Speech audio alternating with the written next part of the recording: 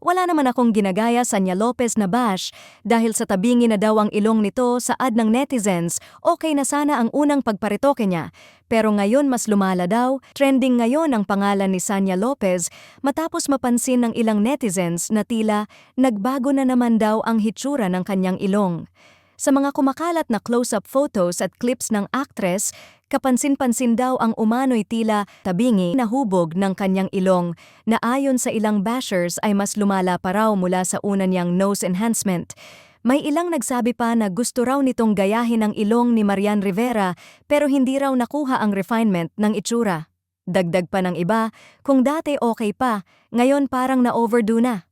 Kung dati ay pinupuri ang natural na ganda ni Sanya Lopez, ngayon ay iba na ang usapan. Maraming netizens ang napapakamot-ulo matapos mapansin ang di umano'y tabingi at parang wala ng butas ang kanang bahagi ng ilong nito.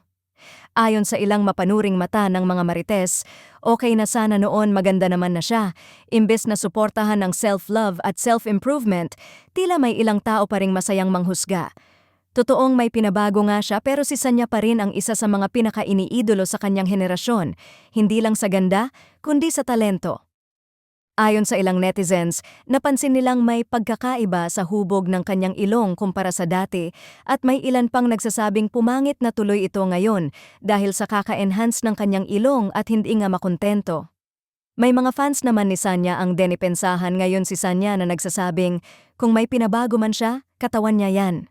Kung meron mang dapat ituwid, baka hindi ilong niya, kundi pananaw ng mga tao. Samantala masaya naman si Sanya sa kinalabasan ng kanyang nose enhancement at halatang mas naging confident nga ito ngayon sa kanyang looks at angking ganda.